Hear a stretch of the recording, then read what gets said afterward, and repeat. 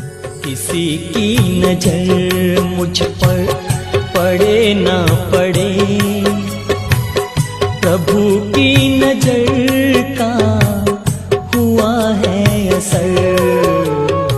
ओम शांति। 12 जुलाई 2024। बाबा के महावाक्य।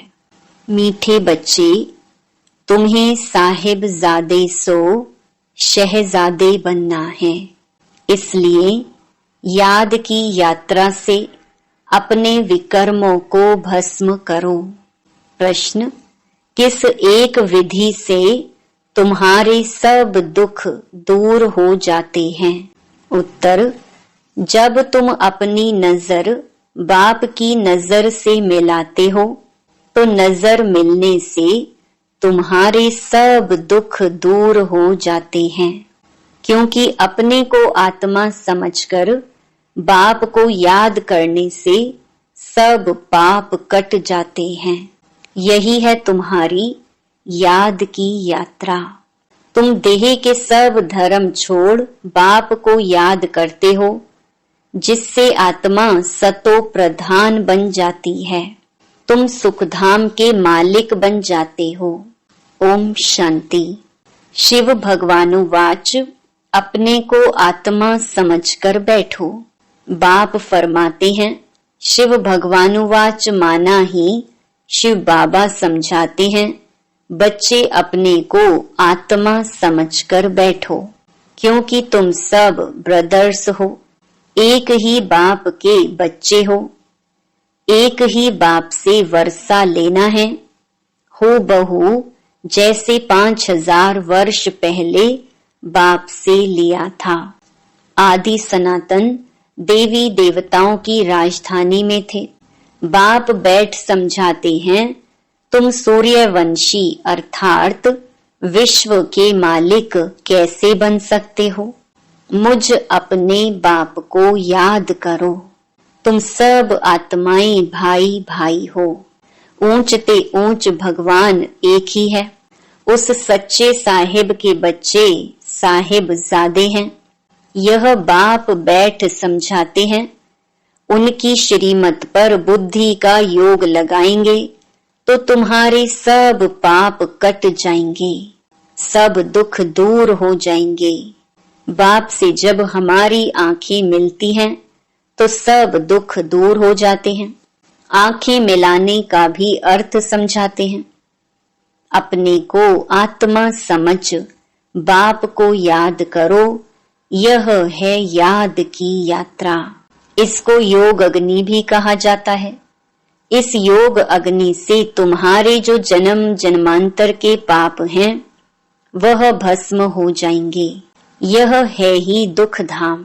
सभी नरकवासी हैं। तुमने बहुत पाप किए हैं। इसको कहा जाता है रावण राज्य। सतयुग को कहा जाता है राम राज्य।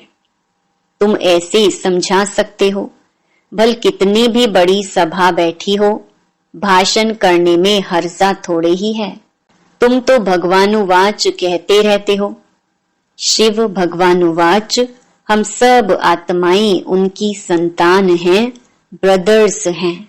बाकी श्री कृष्ण की कोई संतान थे ऐसे नहीं कहेंगे। ना इतनी रानियां ही थीं। श्री कृष्ण का तो जब स्वयंवर होता है नाम ही बदल जाता है। हाँ, ऐसे कहेंगे लक्ष्मी नारायण के बच्चे थे। राधे कृष्ण ही स्वयंवर के बाद लक्ष्मी नारायण बनते हैं। तब एक बच्चा होता है, फिर उनकी डायनेस्टी चलती है। तुम बच्चों को अब माँ में कम याद करना है। देह के सब धर्म छोड़ो, बाप को याद करो तो तुम्हारे सब पाप कट जाएंगे। सतो प्रधान बन स्वर्ग में जाएंगे। स्वर्ग में कोई दुख होता नहीं। नरक में अथाह दुख है। सुख का नाम निशान नहीं। ऐसे युक्ति से बतलाना चाहिए। शिव भगवानुवाच, हे बच्चों, इस समय तुम आत्माएं पतित हो। अब पावन कैसे बनो? मुझे बुलाया ही है, हे पतित पावन आओ। पावन होते ही हैं सतयुग में, पतित होते हैं कलयुग में। कलयुग के बाद फिर सतयुग जरूर बनना है। नई दुनिया की स्थापना, पुरानी दुनिया का विनाश होता है। गायन भी है ब्रह्मा द्वारा स्थापना।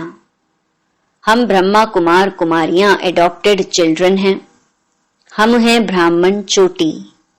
विराट रूप भी है ना। पहले ब्राह्मण जरूर बनना पड़े। ब्रह्मा भी ब्राह्मण है।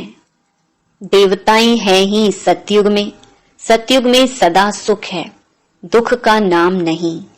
कलयुग में अपरम अपार दुख है, सब दुखी हैं। ऐसा कोई नहीं होगा जिसको दुख ना हो। यह है रावण राज्य। यह रावण भारत का नंबर 1 दुश्मन है। हर एक में 5 विकार हैं। सतयुग में कोई विकार नहीं होते। वह है पवित्र गृहस्थ धर्म। अभी तो दुख के पहाड़ गिरे हुए हैं और भी गिरने हैं। यह इतने बॉम्ब शादी बनाते रहते हैं, रखने लिए थोड़े ही हैं। बहुत रिफाइन कर रहे हैं, फिर रिहर्सल होगी, फिर फाइनल होगा। अभी समय बहुत थोड़ा है। ड्रामा तो अपने समय पर पूरा होगा ना। पहले पहले शिव बाबा का ज्ञान होना चाहिए।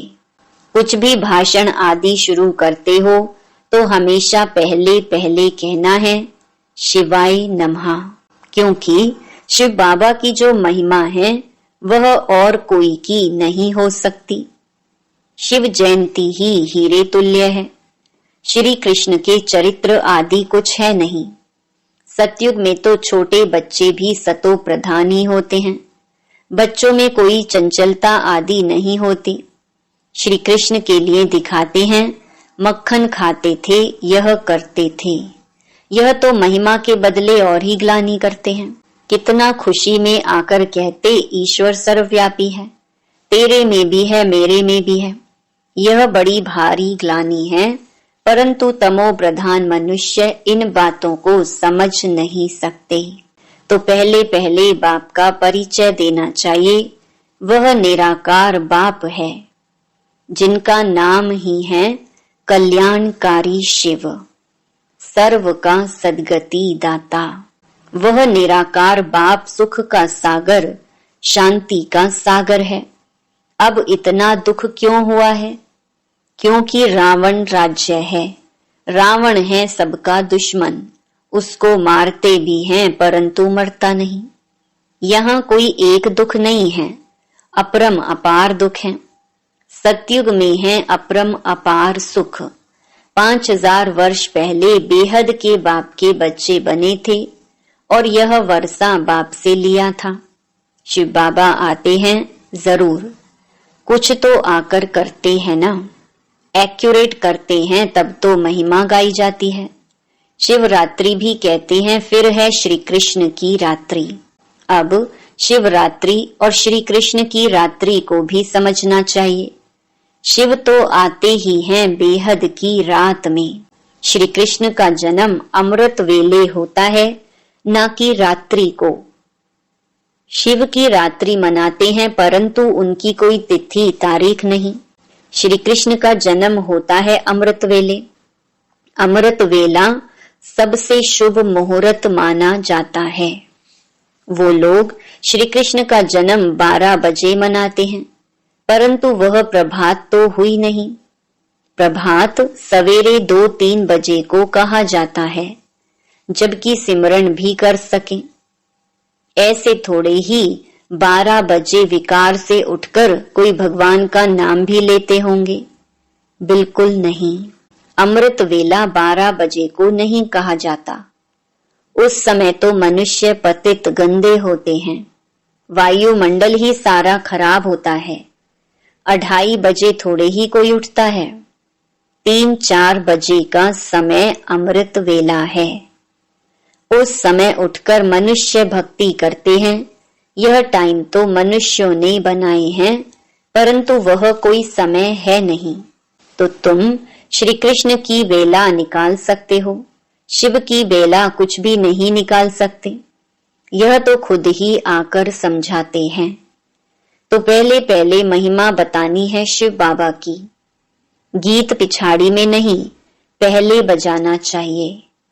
शिव बाबा सबसे मीठा है, उनसे बेहद का वर्षा मिलता है। आज से 5000 वर्ष पहले यह श्री कृष्ण सतयुग का पहला प्रिंस था। वहां अपरम अपार सुख थे। अभी भी स्वर्ग का गायन करते रहते हैं। कोई मरता है तो कहेंगे फलाना स्वर्ग गया। अरे अभी तो नर्क है। स्वर्ग हो तो स्वर्ग में पुनर्जन्म ले सके। समझाना चाहिए, हमारे पास तो इतने वर्षों का अनुभव है, वह सिर्फ 15 मिनट में तो नहीं समझा सकते। इसमें तो टाइम चाहिए। पहले पहले तो 1 सेकंड की बात सुनाते हैं। बेहद का बाप जो दुख हरता सुख करता है, उनका परिचय देते हैं। वह हम सब आत्माओं का बाप है। हम भी के सब शिव बाबा की श्रीमत पर चलते हैं। बाप कहते हैं, तुम सब भाई भाई हो, मैं तुम्हारा बाप हूँ। मैं 5000 वर्ष पहले आया था, तब तो शिव जयंती मनाते हो। स्वर्ग में कुछ मनाया नहीं जाता।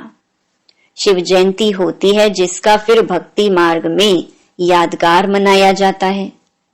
यह गीता एपिसोड चल रहा है। नई दुनिया की स्थापना ब्रह्मा द्वारा, पुरानी दुनिया का विनाश शंकर द्वारा। अब इस पुरानी दुनिया का वायुमंडल तो तुम देख रहे हो। इस पतित दुनिया का विनाश जरूर होना है, इसलिए कहते हैं पावन दुनिया में ले चलो। अथाह दुख है, लड़ाई, मौत, विधवापना, जीव घात करना। सतयुग में तो अपार सुखों का राज्य था। यह एम ऑब्जेक्ट का चित्र तो जरूर वहां ले जाना चाहिए। यह लक्ष्मी नारायण विश्व के मालिक थे। 5000 वर्ष की बात सुनाते हैं, इन्होंने कैसे यह जन्म पाया, कौन से कर्म किए जो यह बने। कर्म अकर्म विकर्म की गति बाप ही समझाते हैं। सतयुग में कर्म अकर्म हो जाते हैं। यहाँ तो रावण राज्य होने कारण कर्म विकर्म बन जाते हैं, इसलिए इसको पाप आत्माओं की दुनिया कहा जाता है। लेन देन भी पाप आत्माओं से ही है। पेट में ही बच्चा होता है तो सगाई कर देते हैं। कितनी क्रिमिनल दृष्टि है। यहाँ है ही क्रिमिनलाइज्ड। सतयुग को कहा जाता है सिविलाइज्ड। यहाँ आंखें बहुत पाप करती हैं, वहां कोई पाप नहीं करते। सतयुग से लेकर कलयुग अंत तक हिस्ट्री ज्योग्राफी रिपीट होती है। यह तो जानना चाहिए ना। दुख धाम सुख धाम क्यों कहा जाता है? सारा मदार है पतित और पावन होने पर, इसलिए बाप कहते हैं काम महाशत्रु है। इसको जीतने से तुम जगत जीत बनेंगे। आधा कल्प पवित्र दुनिया थी जिसमें श्रेष्ठ देवता थे, अब तो भ्रष्टाचारी हैं। एक तरफ कहते भी हैं यह भ्रष्टाचारी दुनिया है, फिर सबको श्री श्री कहते रहते, जो आता है वह बोल देते हैं। यह सब समझना है, अब तो मौत सामने खड़ा है। बाप कहते हैं मामेकम याद करो तो पाप कट जाएंगे, तुम सतो प्रधान बन जाएंगे, सुख धाम के मालिक बनेंगे। अभी तो है ही दुख। कितना भी वे लोग कॉन्फ्रेंस करें, संगठन करें, परंतु इनसे कुछ होना नहीं है। सीढ़ी नीचे उतरते ही जाते हैं। बाप अपना कार्य अपने बच्चों द्वारा कर रहे हैं। तुमने पुकारा है पतित पावन आओ, तो मैं अपने समय पर आया हुआ हूँ। यदा यदा ही धर्मस्य, इसका अर्थ भी नहीं जानते। बुलाते हैं तो जरूर खुद पतित हैं। बाप कहते हैं रावण ने तुमको पतित बनाया है, अब मैं पावन बनाने आया हूँ। वह पावन दुनिया थी, अब पतित दुनिया है। 5 विकार सब में हैं, अपरम अपार दुख हैं, सब तरफ अशांति ही अशांति है। जब तुम बिल्कुल तमो प्रधान पाप आत्मा बन जाते हो, तब मैं आता हूँ। जो मुझे सर्वव्यापी कह मेरा अपकार करते हैं, ऐसे ऐसे का भी मैं उपकार करने आता हूँ। मुझे तुम निमंत्रण देते हो कि इस पतित रावण की दुनिया में आओ, पतित शरीर में आओ। मुझे भी रथ तो चाहिए ना, पावन रथ तो चाहिए नहीं। रावण राज्य में है ही पतित, पावन कोई है नहीं। सब विकार से ही पैदा होते हैं। यह विशियस वर्ल्ड है, वह है वाइसलेस वर्ल्ड। अब तुम तमो प्रधान से सतो प्रधान कैसे बनेंगे? पतित पावन तो मैं ही हूँ। मेरे साथ योग लगाओ। भारत का प्राचीन राजयोग यह है। आएंगे भी जरूर गृहस्थ मार्ग में। कैसे वंडरफुल रीति आते हैं। यह पिता भी है तो माँ भी है, क्योंकि गौमुख चाहिए जिससे अमृत निकले। तो यह मात पिता है। फिर माताओं को संभालने के लिए सरस्वती को हेड रखा है। उनको कहा जाता है जगत अम्बा, काली माता कहते हैं। ऐसे काले कोई शरीर होते हैं क्या? श्री कृष्ण को काला कर दिया है क्योंकि काम चिता पर चढ़ काले बन गए हैं। श्री कृष्ण ही सांवरा फिर गोरा बनता है। इन सब बातों को समझने लिए भी टाइम चाहिए। कोटों में कोई, कोई में भी कोई की बुद्धि में बैठता होगा, क्योंकि सभी में 5 विकार प्रवेश हैं। तुम यह बात सभा में भी समझा सकते हो, क्योंकि कोई को भी बोलने का हक है। ऐसा मौका लेना चाहिए। ऑफिशियल सभा में कोई बीच में प्रश्न आदि नहीं करते हैं।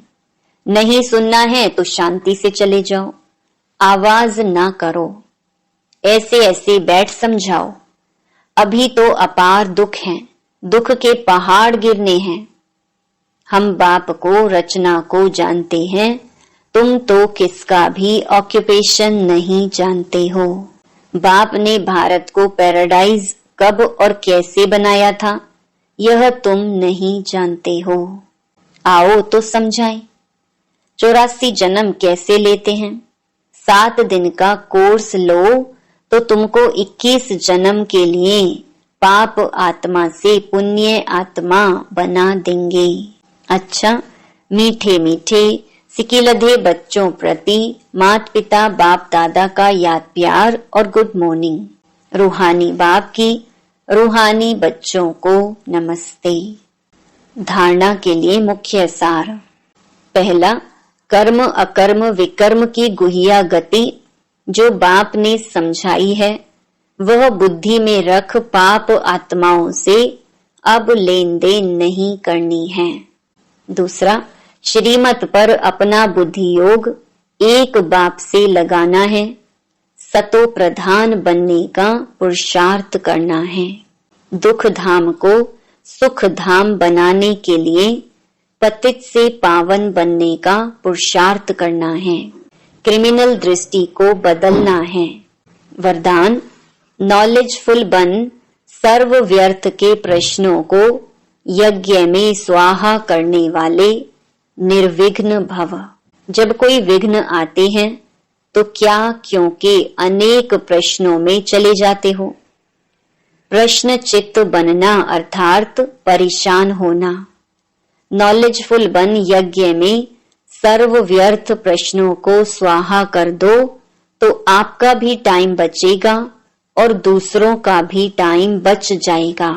इससे सहज ही निर्विघ्न बन जाएंगे। निश्चय और विजय जन्म सिद्ध अधिकार है।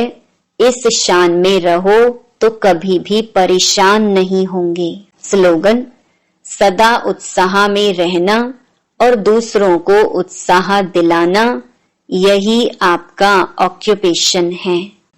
ओम शांति।